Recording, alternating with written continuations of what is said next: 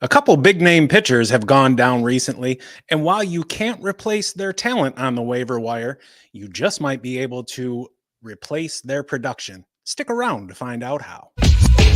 It's about that time. Stoned on Sports. How's it going, everybody? You are tuned in to Stoned on Sports Fantasy Baseball here on a pitching Thursday. We've got some two-start pitchers for you. We've got a streamer or two in there as well in hopes of helping you get over the hump and continue on that winning path to the fantasy baseball playoffs. As always, got the awesome co-host Kyle here with me today. Kyle, how you doing, buddy?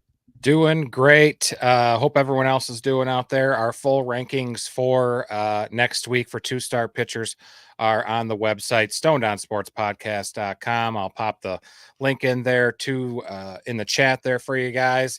But before we get started, Matt, I got just one question to ask you. You have to use so many cuss words. You know, we've gotten a little bit of feedback on that lately, and I hear you, and all I got to say is this: like, I'm fucking trying. Like, just work with me here. Sometimes they slip out, but I'm doing my best to get better, and everybody's a work in progress. Right, exactly. Sometimes I do slip out. We get kind of excited, and we're passionate about fantasy baseball, and it happens. No offense to anybody, but we will try and keep it down to a minimum as much as possible. Let's get in it. We're already at a minute 44. First guy up. Matt and I's favorite teacher in high school was a guy named Mr. Abbott. He was a guy with a very dry sense of humor, and we all immediately hit it off. And unfortunately, though, sometimes we took it too far. And if memory serves, we both got sent out to the hall to take a test in the basically on the floor in the hallway because we were both being too disruptive. But good times. But we're not here to talk about that, Mr. Abbott. We're here to talk about Reds pitcher Andrew Abbott. Matt, tell us more. Well, yeah, I'm going to talk about this ginger lefty down there in the Queen City.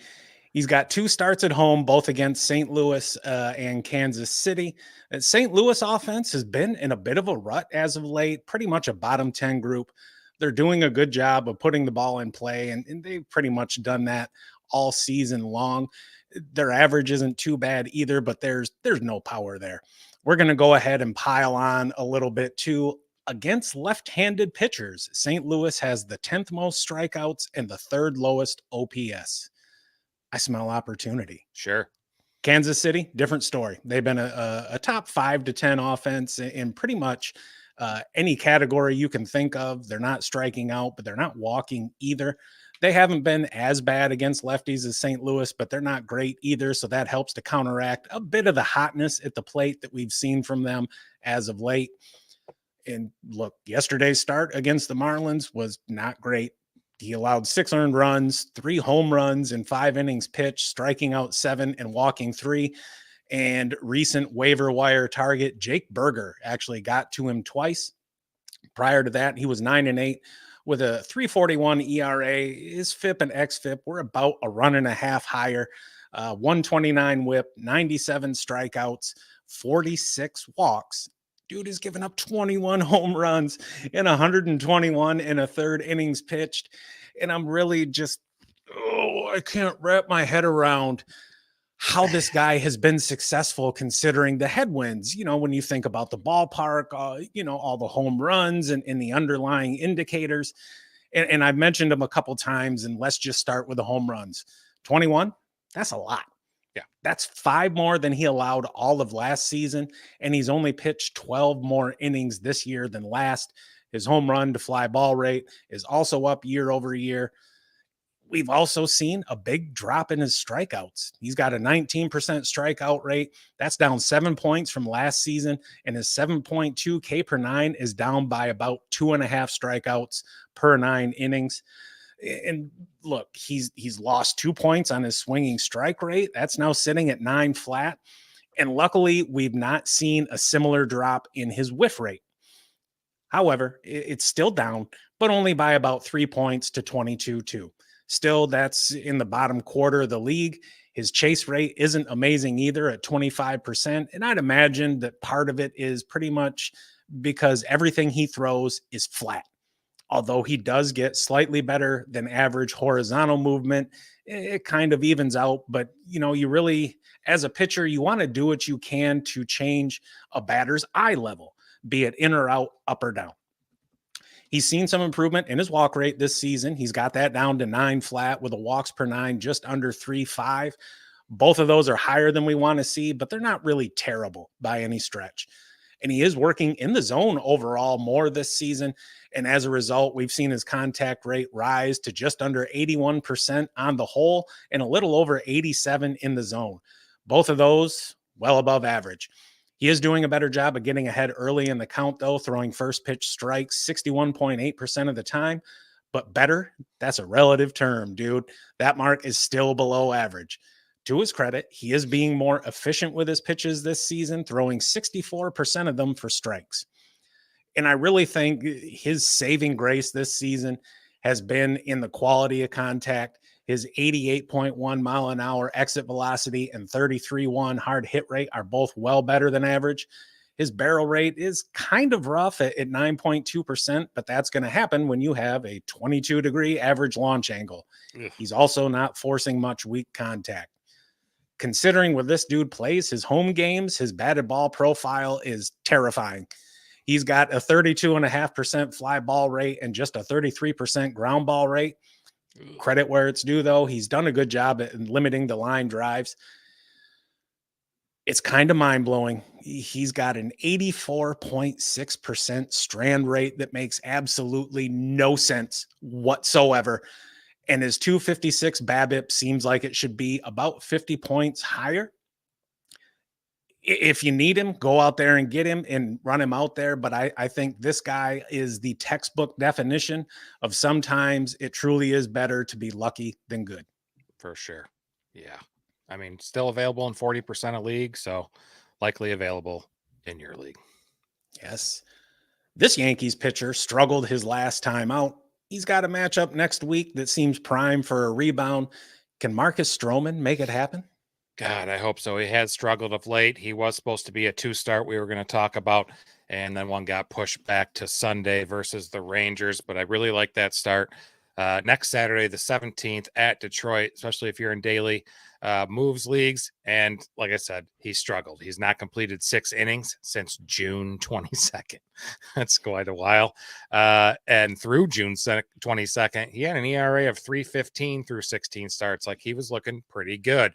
He's now allowed 5 or more runs the same amount of times. 3, he has allowed 2 or less runs in his past 10 starts, and he's posted an ERA over 7.50, a whip approaching 2, and an 0-3 record in his last 6 starts. That last start versus the Blue Jays the other day lasted just 2 1/3 innings. He allowed 7 earned, a walk, and just struck out 3. On the season, he's fantasy pitcher number 82. He's had 22 starts. He's 7-6, just 7 quality starts in those 22 outings, 116 innings pitched. ERA's 4.10, whips a bit high at 140. Not great, but what waiver wire option is, right? His strikeout rate is not good at 17.1, below average, and it's about 3.5% worse than last year. And it's no wonder his swinging strike rate is almost 3% lower than the MLB average. His walk rate is also too high at 9.7. It's his worst rate in his career so far, and much, much higher than his 7.2 career mark. His fastball velo, it's been down over his last few starts. It's at 89.9. It's the worst in his career. 89.9 miles an hour, the worst in his career as well. And he's getting hit hard. That's nothing really new for Stroman, but it continues this season. Average exit velocity, hard hit rate, barrel rate, they're all above average. Plus, his max exit velocity of 116.8 is the 25th worst rate out of 373 qualified pitchers. Chase and whiff rates, swing and miss isn't really there either. He's in the bottom third of pitchers in the league.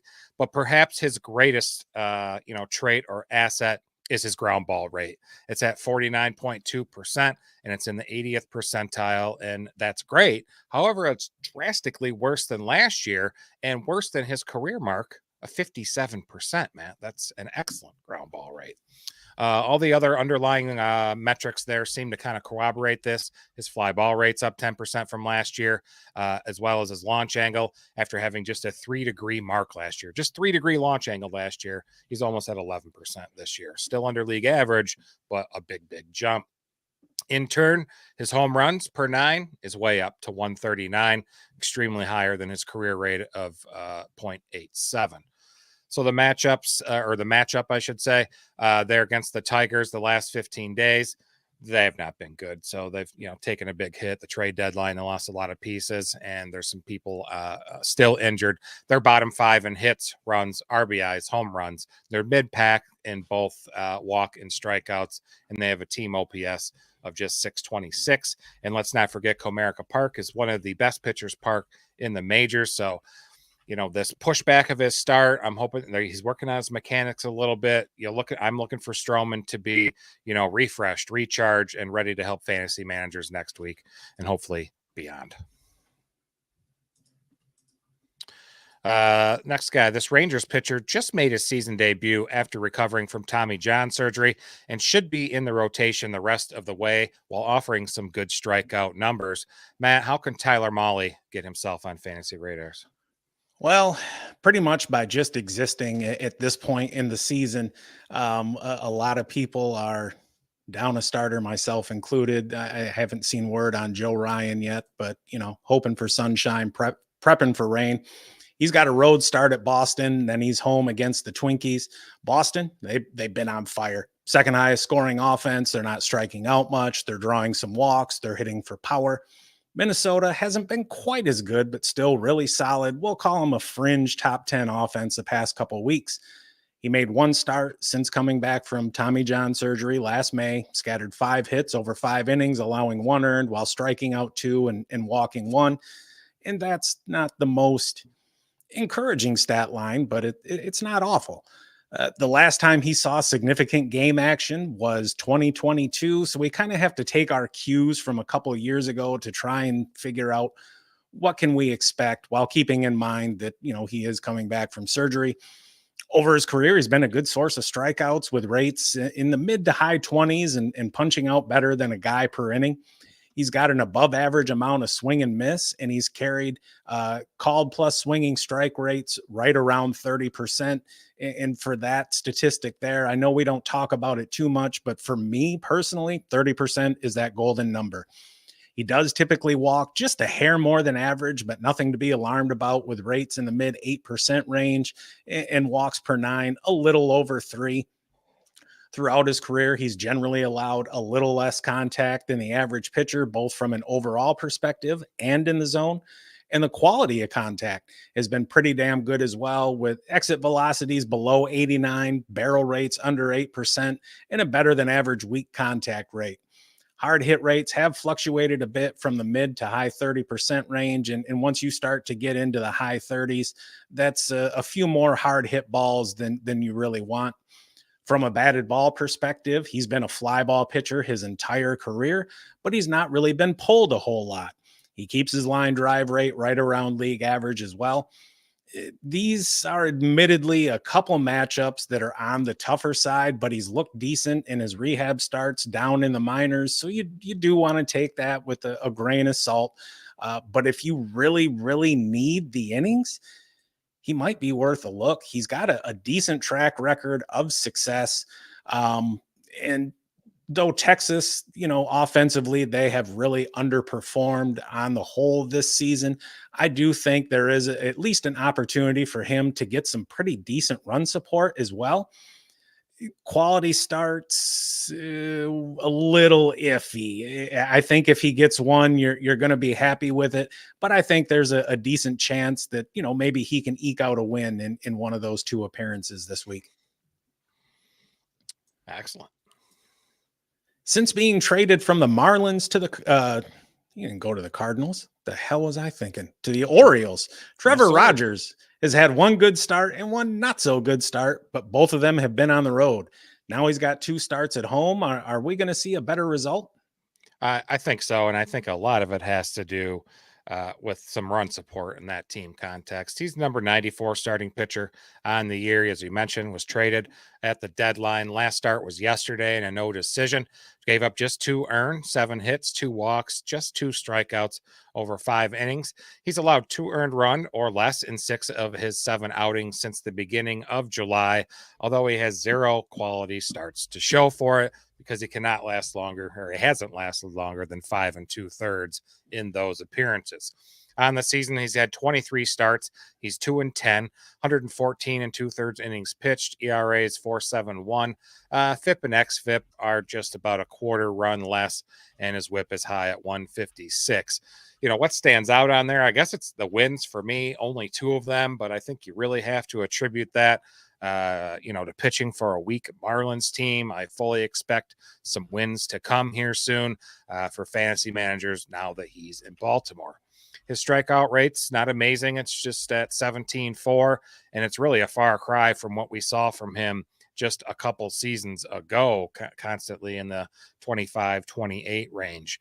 And when you dig a little bit deeper, his below average first pitch strike rate is also the lowest of his career. His walk rate, it's high. It's almost 10%. It's higher than his career mark of 9.2, and he's 4 flat in walks per 9. That is no bueno, right? When I looked at his StatCast, I thought I was still looking at Stroman's by mistake, like the page didn't load or something. Low fastball velocity as well, 91.8 miles an hour. Allows plenty of hard contact. All the average exit velocity, hard hit rate, barrels are all well below average, with his average exit velocity falling in the bottom 6% in the league. His swing and miss, the chase and whiff rates, both in the bottom third of pitchers, and both were much better last year. And he also, like Stroman, has a healthy ground ball rate. He's 47%. It's in the 73rd percentile among pitchers. And holy schmoly, would you look at that? Rodgers was also much better last year, just like Stroman. Overall contact that he allows is about 5% higher than the league average. He's really getting lit up on pitches thrown in the strike zone. 86%, Matt. That's the highest contact rate by far in his career. Let's talk about the matchup. So we got versus Washington versus Boston. They're both at home. Camden Yards, very much a pitcher's park. Washington in the last 15 days, they've been pretty decent. Tied for 3rd in hits, 7th in runs, 6th in RBIs. They're bottom 5 in home runs, top 5 in walks, which is kind of scary with Rodgers' free pass issue there. But waiver up, what the hell are you going to do, right? Versus the Red Sox, they've been pretty good too. Top 2 in OPS, 3rd in runs, 3rd in RBIs. However, they're mid-pack in walks, and they strike out quite a bit. Remember, Rodgers is 7% owned for a reason. No waiver wire option is free from risk, right? Sometimes desperate measures are called for, especially if you have Grayson Rodriguez. Joe Ryan may be hurt. Nick Pivetta is still dealing with stuff. Tanner Bybee still kind of dealing with stuff. So we're in the final weeks of the playoffs before they begin here. And, you're jockeying for playoff position. And sometimes you just got to do what you got to do. I think we've all been there too. You do what you got to do, and you do, and you hope that you're making the right decision, and you're just, as long as you're just be confident with it and live with the consequences, good or bad. Sometimes the wrong decisions are more fun. Yeah, sometimes. This Pirates pitcher has struggled as of late. While he may be too risky for regular leagues, he could still be helpful in deeper leagues. Matt, what can you tell us more about Marco Gonzales and his 2 starts next week? So this guy, well, I mean, I'll run through my notes here. He's got starts at San Diego and at home against Seattle. That San Diego offense has really been surging the past couple of weeks. They've been scoring runs. They're getting on base. Not a ton of power, but they got a few guys that can drop some dong. They put the ball in play more than pretty much any other team. How can I tell? Well, they have the fewest strikeouts in the bigs and the 3rd fewest walks over the past couple of weeks. Seattle has not been terrible, but we know how much they strike out. And the Tigers have just kind of shut him down the past couple of games. Now, granted, tonight they're running some jabroni out there that I have never heard of, but that's kind of par for the course. Enough about those teams. Let's talk about Marco. On the year, he's 1-1 with a 4.5 ERA. FIP and XFIP are in the same neighborhood. A 160 whip, 23 strikeouts, 11 walks, 5 home runs, and 33 2/3. Obviously, that's not a great stat line. He doesn't get a lot of strikeouts. That's not new, though. That's who he's been his entire career. As a matter of fact, he's never had a season where he struck out a batter per inning or more, and this season is no different. That strikeout rate is just a little over 15%, striking out just 6 per 9. He doesn't have much swing and miss in him either. His swinging strike rate is just a tick over 8%, and his whiff rate is in the bottom 3% of the league at 17.8%. He does get an okay amount of called strikes, though, to make up for it a little bit, but that's about it. To his credit, though, he gets a lot of movement on his pitches and can still fool batters, so I do like the 33% chase rate. He also doesn't beat himself. He's got a walk rate a little over 7%. He's walking less than 3 per 9, so it's not all bad so far. Remember that sky high whip, 1-6 or whatever it was? It's being driven by hits. This dude's given up 11.5 per 9 innings, and batters are getting those hits because he's allowing contact over 84% of the time on the hole and 92.4% of time in the zone. Folks, that ain't good. How's the quality of the contact, though? Well, his EV is, let's call it 91 miles an hour. His barrel rate's over 11%. Both of those are in the bottom 5% of the league. His hard hit rate is a little bit better, but just barely, because 43.5% is not good. Okay, he's got a 4.3% weak contact rate, but at this point, we're just kind of putting lipstick on a pig. His batted ball profile is pretty much league average across the board. Ground ball rate's a hair under, fly ball rate's a little over, and he does allow his fair share of line drives. He does get pulled a bit as well, but not to a ridiculous degree. Being totally honest with you guys, this dude is a dangerous option. If I'm in a daily moves leagues, I'd consider starting him against Seattle for the strikeout upside. And it's not so much to do with him, but more to do with just how much Seattle strikes out as a team.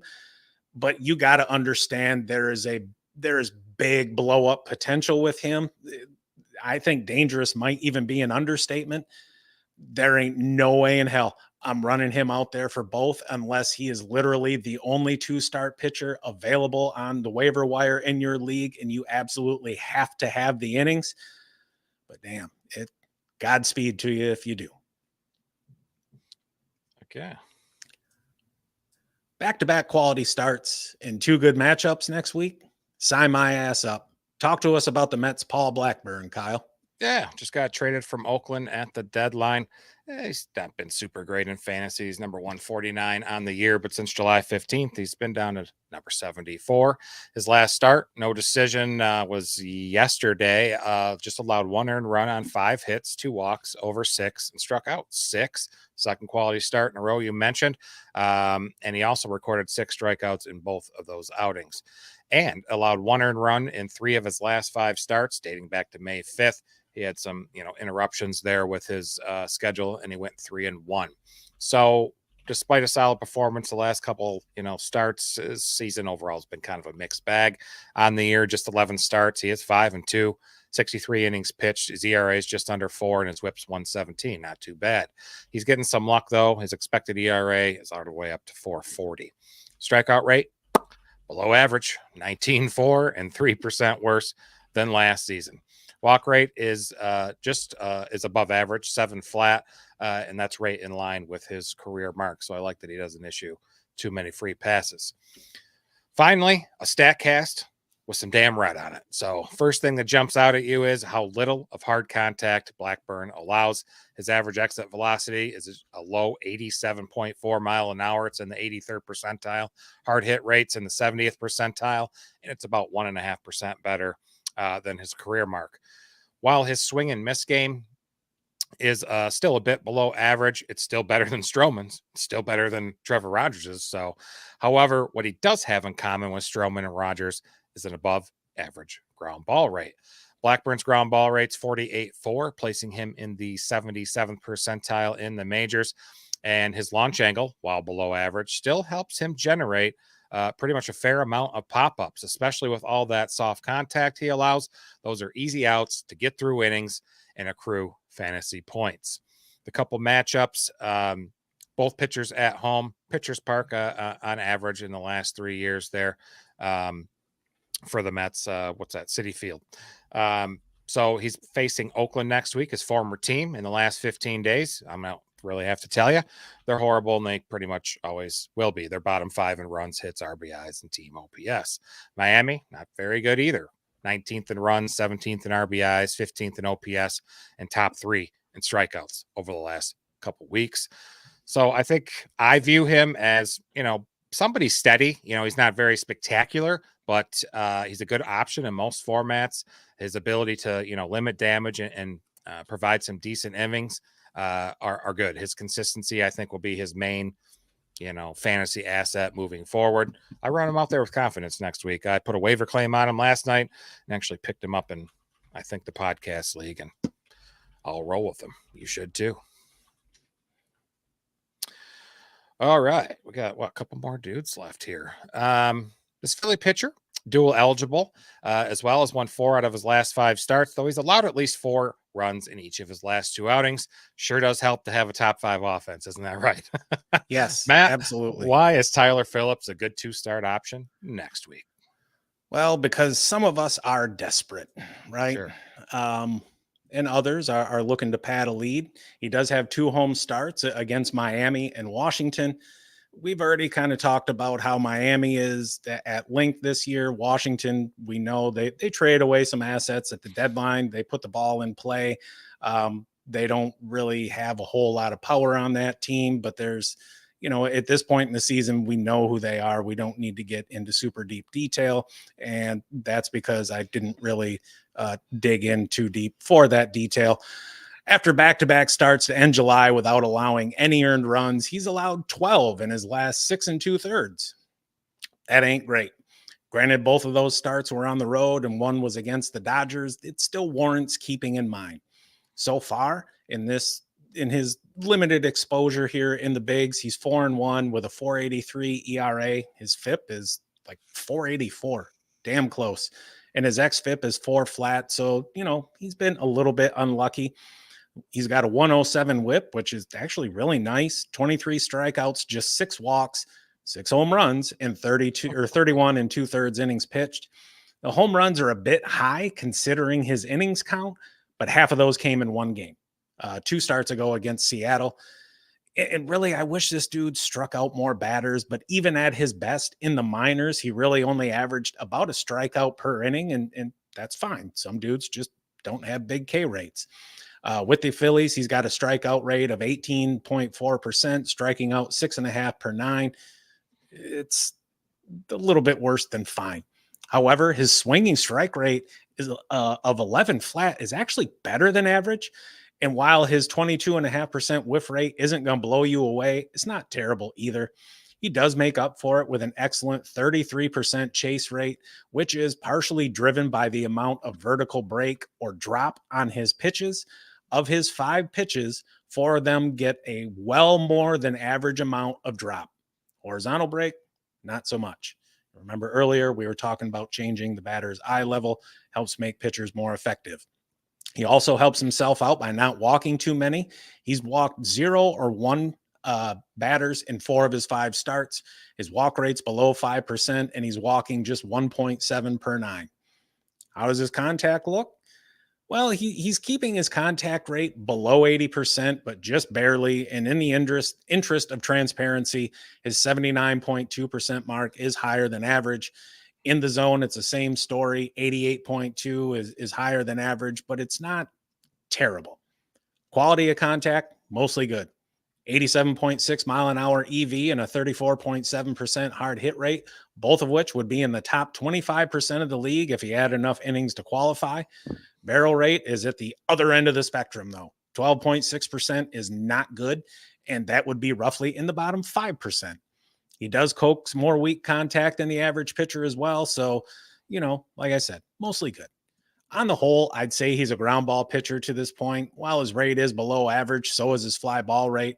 He does allow more line drives, and I'd like to see, and we'll likely see, his 247 BABIP come up as well as a result of that.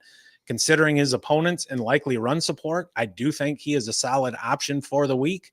And we try not to let ourselves fall victim to recency bias, right? The last two starts have not been good really at all. But at the same time, like, we've seen what he can do. I mean, he is capable of going out there and throwing a complete game shutout. How do I know? He's done it. And Bill James, who is kind of like the father of sabermetrics or baseball advanced statistics, once said that once a player demonstrates a skill, he owns it. And I believe that wholeheartedly. So he's an upside play for sure, with a bit of volatility. But, at the same time, we're talking about dudes who are owned in less than half of leagues. There is not going to be a perfect candidate. I promise you that.